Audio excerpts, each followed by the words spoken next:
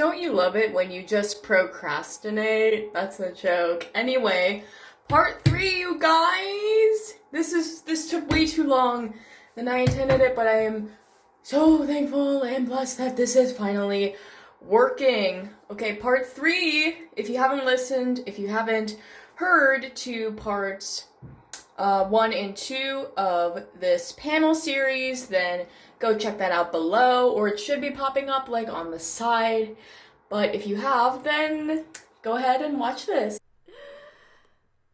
Perpetually single, am I right? Gosh. So, question number 9. Ooh, at what age is it appropriate to date? Ooh. Okay, so I've thought very long and very hard about this, reflecting on my very bad relationships. Um, I. Oh gosh. Oh, I can't believe I'm gonna say this. I personally think that, if you're like 14, 15, that it's okay. Um, and oh gosh, I don't want to get dragged in the comments about this. But the way, I see it, yes, there is kind of this whole like, if you're not ready for marriage, then you're not ready for dating thing. And there's also this, like, especially in middle school, when middle schoolers date, like, how do you take someone out on a date? What do you do? Like, hey, like, you want to get a Snickers at, like, Dollar Tree? My mom can drive us there. Like, roller rink. yeah. Oh gosh. And there is that kind of, like, agency part to it. Um, but I do have an affinity for brains and neurology and psychology too. Um, and I have heard from a lot of people well respected in the field of, like, psychology and stuff, that, and even just like people in general, especially adults, who are like, it's hard making friends as an adult. Like in middle school, in high school, in college, you're around like a large group of people. So like the friendship pool is like huge. You have so many people you can talk to and connect with and learn more about. And once you like graduate from college or leave high school and you go into the workforce, yes, you do still have like your coworkers and your employees, but especially now because COVID, it can be really hard to like connect with other people and to meet new people and all that kind of stuff. So I think that you definitely don't have to start like when you're 14, 15, but definitely consider getting into the dating scene at least while you're in like at least while you're before you graduate high school or graduate college, because that is like, kind of a formative year where you really get to find your clique. I really hate saying clique, but find your kind of group, your people, and really find friends that like don't really like all the time, but for some people can last like years and can last a lifetime. And if you can't find like a really solid friend or like a solid group of friends, if you're lucky, it's going to be like even more difficult to find someone who you can potentially see yourself in a romantic relationship with, and even like potentially marriage. And also, I just kind of, for a rule of thumb, think that if you meet someone like at school or like at church, which is in my opinion even better, but I think that's kind of a better way to meet someone and get to know them more than, meeting them at the club or at a bar. Just because, first impressions and stuff. And, yeah. Um, First of all, I knew that would be a question. When should Christians date? It's a very difficult question. Because some churches believe, oh, you're a teenager. No, you shouldn't be dating yet. You should wait till you're an adult. And some churches will say, no, go ahead. Just make sure, and name off their list of this is okay in a relationship and give you the awkward separate the boys, take them upstairs, the girls go downstairs, talk about all that stuff. But also, what Summer said, if you're in middle school, what are you going to do? Go get a Snickers bar? That's true to a point. What's really sad, what's really scary is I know middle schoolers, and I know that they know they cannot go many places without their mommy or their daddy, but they can do other things if their parents don't teach them, or if they are not of the age they really know Jesus yet, or, just have their values that they know of that are in place, and they'll do things without knowing the harm of doing things. I think there's also, a difference between date and quote unquote date, because, in elementary school too, they have little crushes and it's romanticized. Oh, Jake's my boyfriend now. And then 10 minutes later, Jake broke up with me. I think it's okay for little kids to, just imagine and stuff like that. But it's really, for me, dependent on your maturity level. I don't think it should be defined by your age per se. I think as, thinking about my future kids someday, I'm going to make sure that they date when they're in high school. I'm not going to say when they're in high school, but I definitely, have a conversation with me. If you're interested in someone, we'll talk about your feelings. And, I'm not going to tell them, oh, no, you can't date this person if, this or that, you're not old enough. But, I want to someday, be able to be a person that my kids can go to so that they can, just from middle school going into high school, know what a real relationship means. Because if you look at, now this is something that gets way deeper, but if you look at our generation, there's one thing that's really in common. Our generation has a mental health crisis, and it's because humanity is moving farther away from God, which is just, it crushes my heart. And if you also notice, people put their trust in their relationships.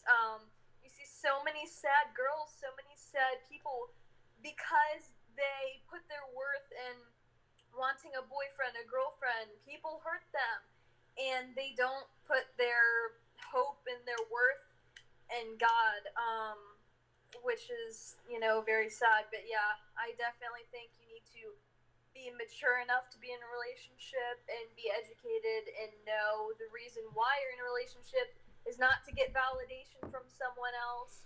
Also, like I said before, I would let my kids date in high school, not really saying an age, but looking back on my relationships, I started dating, like I said, I was barely 15. I don't think 15-year-old Chelsea was mature. I don't think I'm not speaking for,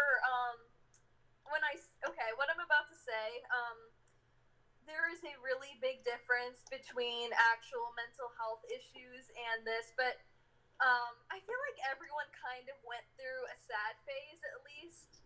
Again, different than actual, genuine diagnosed mental health issues. But I feel like a lot of people went through a sad phase too. And you should not get in a relationship with someone because you were sad, because you were lonely, and because you want to be emotionally dependent on someone else to make you feel better. That is a big no-no, and that can lead to just a road of hurt and a road of worse things. And I'll kind of say that's kind of how my first relationship happened, if we're exposing ourselves here. Oops. But yeah, certain age to date. And I don't think for people listening who haven't been in a relationship yet, and you might be in high school, maybe you're a junior, maybe you're younger, maybe you're a little bit older, that's okay too, because God has someone out there. He's, again, writer of your story. And if you had opportunities to be in relationships and you know that they would not have ended well, go you for being mature and for not getting yourself into those relationships, because so many people have been in relationships, but like, did they actually amount to anything? Were they significant? Were they dating for the right reasons? You have to think about, like, again, as Christians in the first place, why are we dating? And is it really that big of a deal if you have not had many people you dated, or you are 20 and you haven't had a relationship yet, if in the long run, in the future, you are going to have a husband, even if you only date one person, which honestly, the less heartbreaks, the better. But like, either way, like, it's just, it comes down to a maturity level.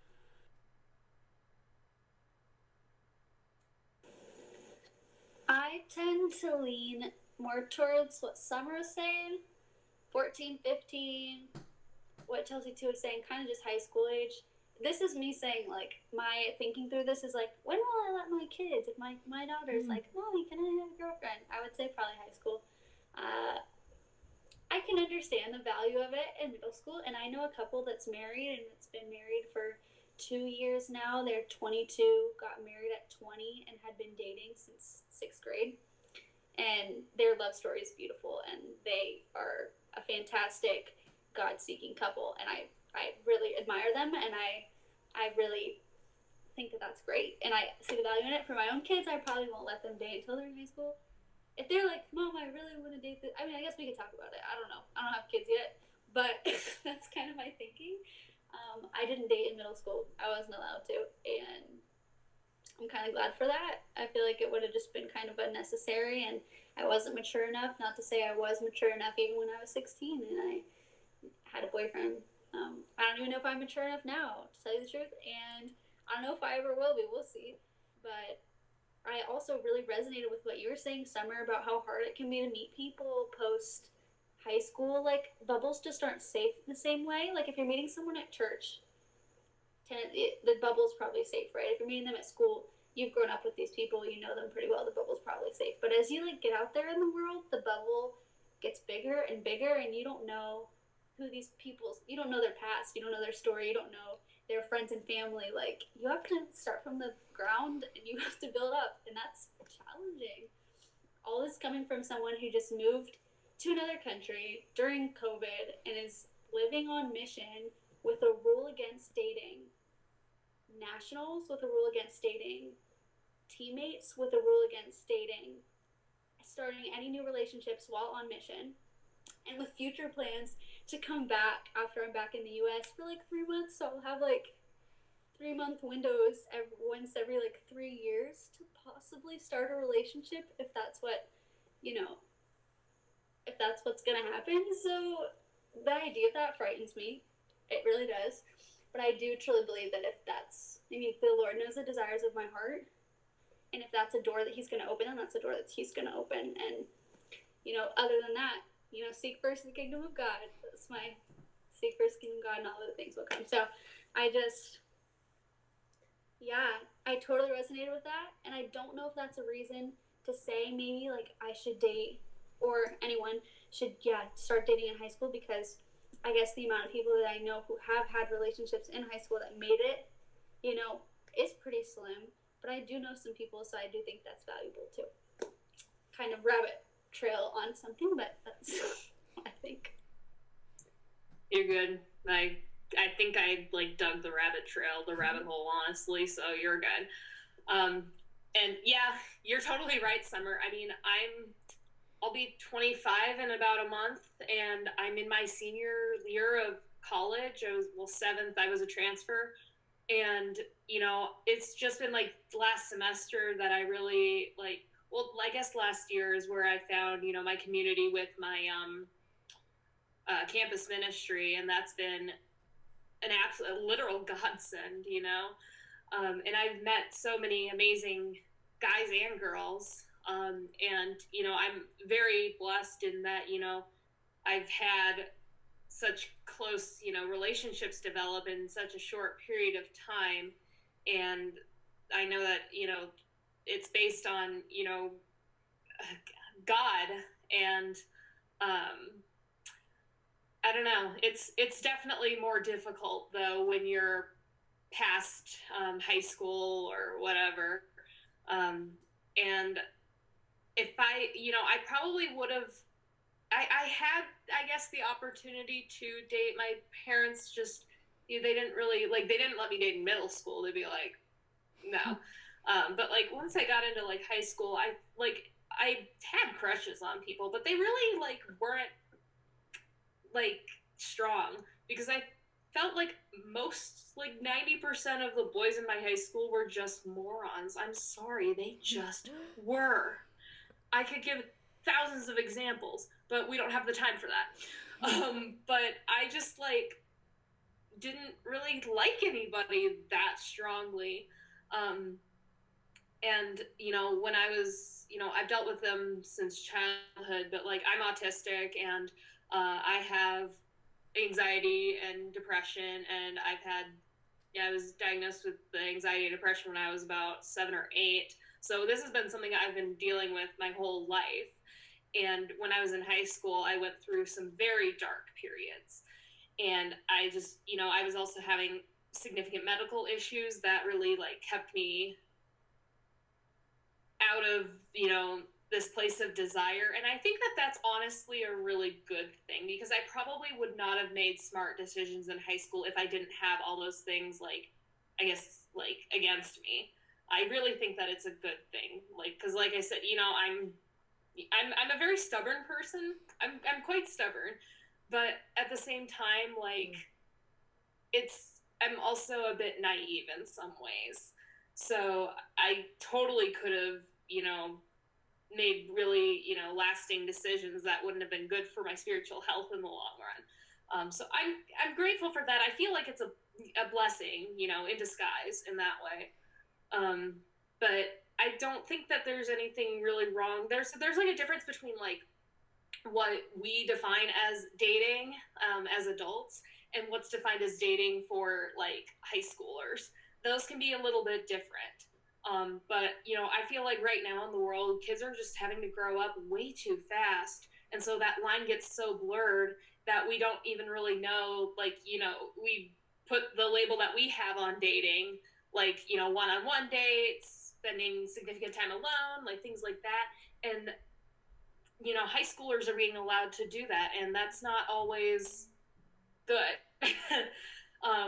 So I don't think that it's like appropriate for me to put a specific age or stage of life. I think it's completely dependent on the circumstances. It's dependent on the person or the two people involved. I think it has a lot to do, you know, with the environment. And yeah, I don't think I could put a specific age or like narrow time frame on that. It really is about maturity too. And, you know, your brain is definitely not mature in high school. Like I look back on some of the things like I was involved with in high school, like bad, just dumb.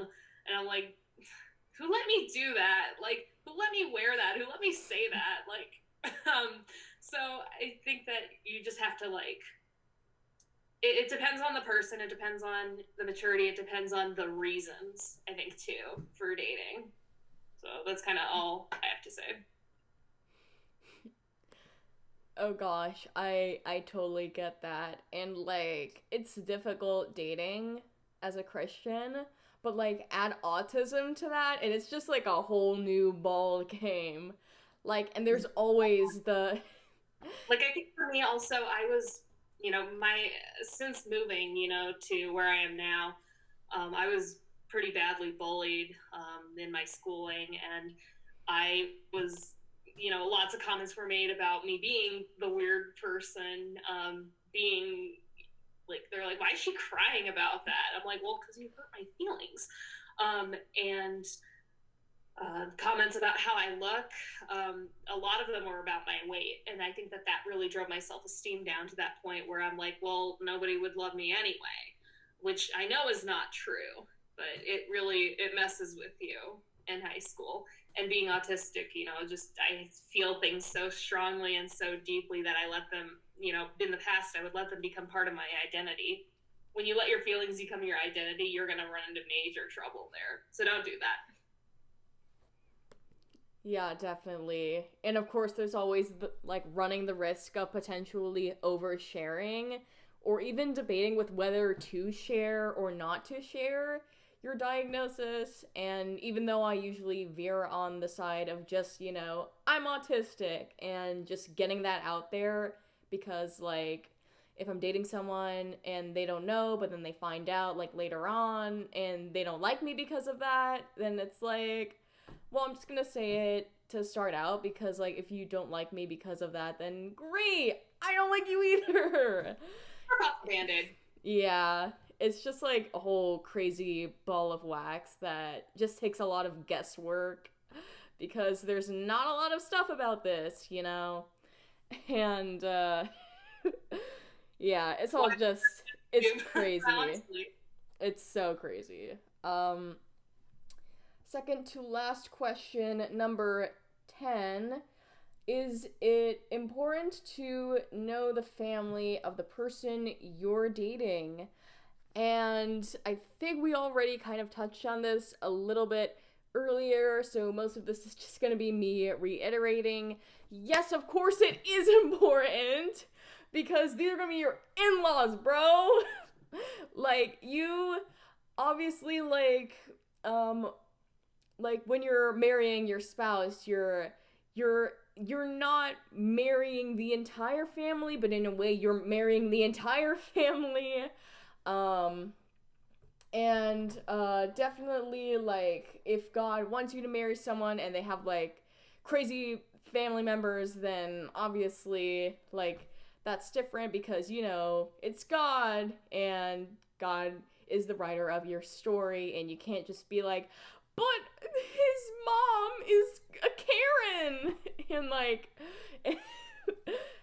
that. But yeah, I do think it's important to know the family of the person you're dating because they're gonna be your in-laws and they're gonna come over for family dinners and holidays and potentially reunions. I mean, my family doesn't do that because we don't talk to anyone at all. We're very private. But if you're fortunate, and your spouse's family is very family oriented and very close knit, yeah, you're going to want to learn more about them. And if it's not because you like them, you don't have to like them. Just getting to know your spouse's family is in itself honoring your spouse because that's who they grew up with. That's their home dogs and stuff. So, yeah, that's kind of my take on it. And I'm just gonna be off the screen for literally 2 seconds because I gotta go charge my computer, but I'm still in the room. So yeah. Yeah, on what Summer said, yeah, we definitely already kind of touched on this, and yes, it definitely is important to get along with and your perhaps future in-laws to your significant other's family. Obviously, if they do have family issues and you can't really, things are not great there, then that's okay too. God obviously led you to that person for a reason, and it's not everything, but if the circumstances are right and their family is, there's not issues there with them and their family and stuff like that, yeah, you definitely have to think about, oh, I'm gonna go there for Christmas, we're gonna have Thanksgiving, we're gonna have birthdays, they might be the babysitters of my future children, and stuff like that. It's important to get to know your significant other, to see where their values come from, and also you definitely don't want your significant other to drive you away from your own family. That's something else that's big too, because I mean, you think later down the road in life when you have to take care of your parents when they are old, and you have to take care of their parents too when they're old, you don't want them to end up driving you away from your family. But I mean, ultimately, you have to think about those things like that.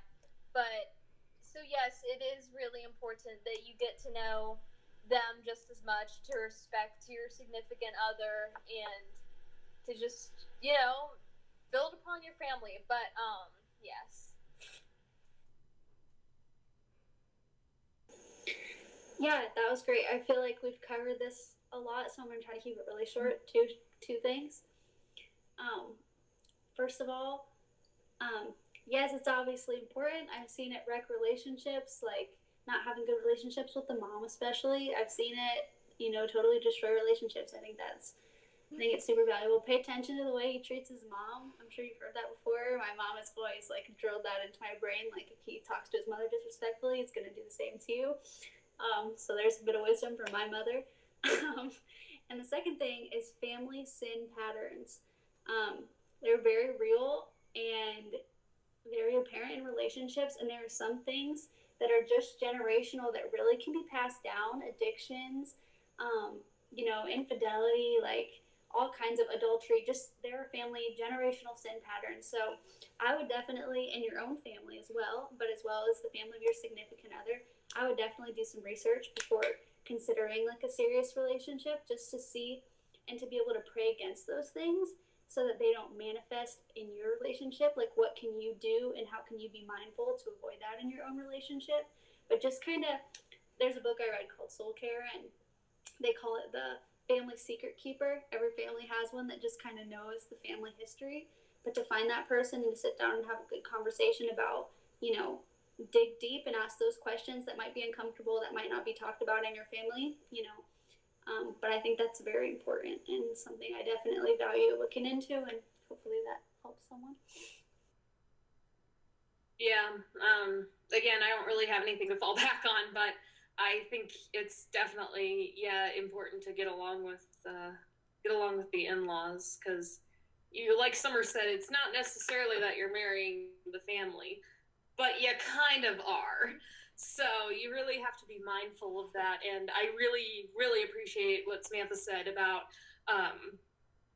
really making sure, because there's generational things that could happen, and it's not necessarily that it's actually physiologically passed down, but it's more of they see these things and they might get the idea that it's okay. So it's definitely, important for that. But I don't think that just because you don't get along really well with your significant other's mom or dad, I don't think that should necessarily make you call off the relationship. It's kind of, give and take in that way, and it's kind of case by case also, I think, in that way. So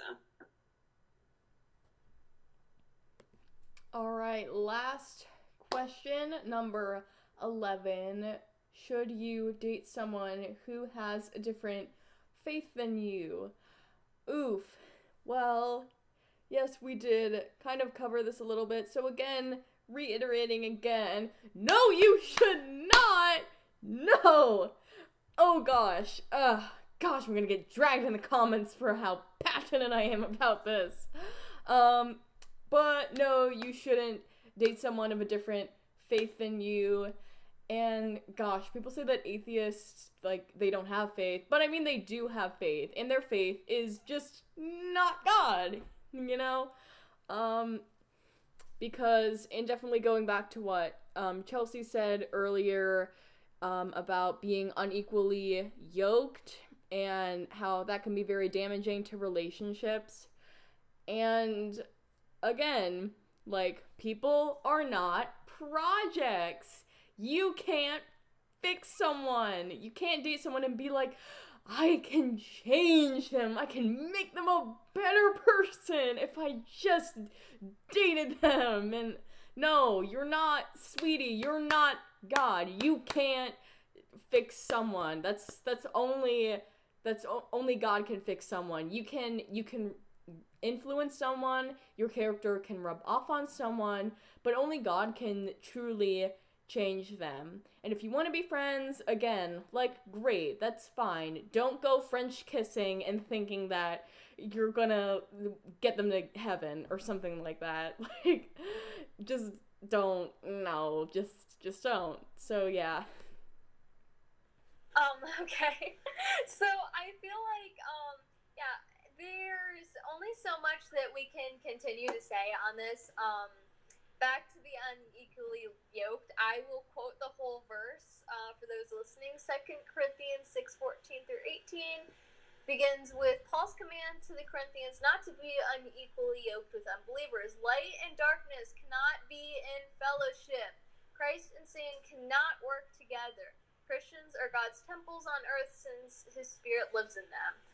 So obviously, no, this verse is not saying that if your significant other or person you are considering dating, if they're not a Christian, no, does not mean they are the devil or they are Satan. But the world legally belongs to Satan because of, the fall. Satan has rule over the world because of, Adam and Eve brought sin into the world. So you really do have to be careful. I mean, even with your friends, I think it's important. No, I mean, hey, are you a Christian? No, okay, I'm not going to be friends with you. You don't shun people because they aren't a Christian. I think the best thing we can all do is to just spread the love of Jesus, and I think this is something that I've learned that's been talked about a lot in the way of, how can we minister to other people, is really just try and improve ourselves and make, the world kind of wonder, oh, that person, why are they so nice to me? Like, I wasn't that nice to them, or why are they so loving, or what's that little ray of hope inside of them? Like, make the world wonder, what are we on? Jesus, wonder about our characteristics and, how are we the way that we are. But, yeah, even your close friend circle, I think it's really important that you have strong connection to other believers so that, your values don't get torn down, and your faith doesn't get torn down, because Satan's ultimate job is to take you away from Jesus. And that's something scary to think about, that we constantly have spiritual warfare going on around us, but it's very true. And though it's scary, it's something that we really need to be aware of. And even more so with friends, yeah, like a boyfriend or a girlfriend, like if you're dating someone and they're of a different faith than you, especially, they're probably going to try and convert you as well. Or if they're an atheist, they're probably going to tell you that being a Christian is silly and like, oh, you believe in that? And they're really going to try and tear down your faith, and they could make you question it a lot. And it's just, yeah, it's something that's very important, and we were made to have fellowship with God. And it's not just put John 3:16 in your Instagram bio, go to church on Christmas and on Easter and thank God for his sacrifices. It's just so much deeper than that. And people saying, oh, I want to put God first for my New Year's resolution. Well, what does that actually mean to you? Because you say these things, you say that you're a Christian, but it just goes so much deeper, and it truly should be something that is just the first priority in your life. And you really need to, I mean, even like before you start dating, you really need to set yourself right with God and understand your values, understand him, and just be careful. But yeah, for sure, it's not a good idea to attempt to change someone, because you can pray for them. There's other ways to stand back and do that. But even if you do think you have a really strong relationship with Jesus going into it, oh, you know, I'm a Christian. I've been a Christian my whole life. It's not going to change if, you know, I date this person, or like it won't hurt anything. I'll still go to heaven. I still know Jesus. Well, you know, grace is not a free pass, and it's not just, you know, thanks Jesus for this. Like, it's a lifetime commitment, and you surrender yourself daily, and it's not a one-time thing. It's a walk you have for your whole life. And I think ultimately, if Jesus is the king of your life, everything should fall according to that. Very well put. Yeah, that was great. Summer, I love how passionate you get in all of your responses. Thank you so much for that. I felt like you were roasting me on the low just a bit. I had to, you know, do the whole deflecting there. I feel like out of all the questions we've talked about tonight, this is the one question I'm qualified to answer. No, don't do it. Been there. It was so hard. I was the furthest from God that I have been in my serious walk, and it was really challenging. Strangely enough, he was never the one to push physical boundaries. I was. I set these boundaries, and then I would break them. I was the one, you know, he never overstepped. It was me. And that was such a struggle for me. And it was huge when I had to struggle through the whole, kind of what Summer was saying, you are not God. And that was something that I was praying, and I kept getting that. Like, you cannot change him. You cannot fix him. You are not God. And everyone warned me, and everyone was like, don't date him. And I was like, I love him. You know, like, classic. But yeah, everyone was like, yeah, don't do it. And I did it, whatever. And it was really, really hard. And I broke his heart over and over again, because every time I get close to God, I'd pray and I'd say, God, I want to get closer to you. I want to know you. I want to pursue you seriously. And every time I'd have the conviction that I needed to end this relationship. And every time I would, and then like 4 days later, he'd call me and be like, I really miss you. Can we talk about things? And then we'd get back together, because I'm a softie. And I cared for him. I really loved him. I always will. He's a great kid. And shameless plug, Stream Locals, that's his band, and he's doing his own thing now. I'm proud of him, so that's good for him. One thing, I guess, and this is not me saying missionary dating is successful. This isn't me saying that. I'm still saying no, don't do it. But after we broke up, he did end up reading the entire Bible, and that was a really cool thing that came from that. And that wasn't my success. That was redemption from my failure. That was God redeeming a situation that I failed, that I totally ruined and totally messed up and screwed up and did everything wrong that I could have did wrong. He still redeemed that, and yeah, praise God. God's so good. But yeah, I mean, I would still say don't do it. I mean, you're not going to hell. Like, oh, you dated a Christian. It's like, there's redemption, obviously. If you're, you know, pursuing God and you are asking for forgiveness and you're, you know, taking up your cross and confessing your sins, and that's one thing. But, like, it definitely, I think that Chelsea said this earlier, if you're not growing closer to God, you're kind of pulling further away. And I definitely feel like that's what was happening in my relationship. Every time I wasn't growing closer, I was being pulled further and further and further. And I could hear God in the distance just calling my name and wanting me to come back and pursuing me. But I was so, like, blinded. And I was super reliant on him for a lot of things, like affirmation and things like that. So, yeah, that's definitely something that if you can avoid, do at all costs. I mean, it just is so... I mean, I haven't been in a spiritually healthy Christian relationship, but I can imagine, I guess, that would be so much more fulfilling when you're both pursuing the Lord and you together are learning about him daily, and that you are, you know, putting in that effort to grow, kind of what Beth had been saying earlier anyways about that walking together in your faith and just seeking God. That's the most important thing. That's all. All right. Well, first I'll answer the original question. What was it again? Like, what was the original question? The original question was, should you date someone who has a different faith than you? Oh, okay, gotcha. To quote Hamlet, Act 3, Scene 3, line 92, no. just don't. Just don't.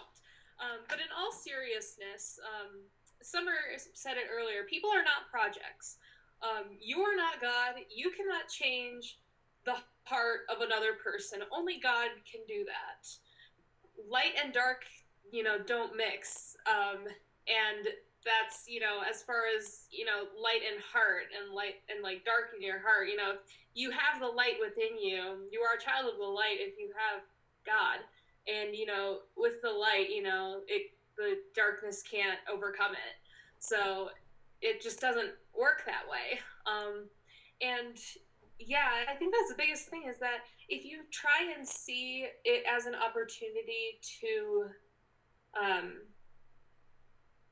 don't know, if it's like evangelical dating, it's missionary dating, if you wanna go a step further, that's just, it's not going to be healthy for you spiritually, because you're going to allow yourself to be influenced by the world of the non-believer or the person of a different faith. And yeah, like Chelsea said, it's like, you can totally have friends who are, that doesn't go for like platonic friendships, I think. I mean, one of my most amazing friends is a Muslim, and I love her so much, and we've been friends since high school, and I couldn't love her any differently. It's just our job to overwhelm people with the love of Christ, but it's not our job to make them accept it, if that makes sense. So we are not God. We'll never be God.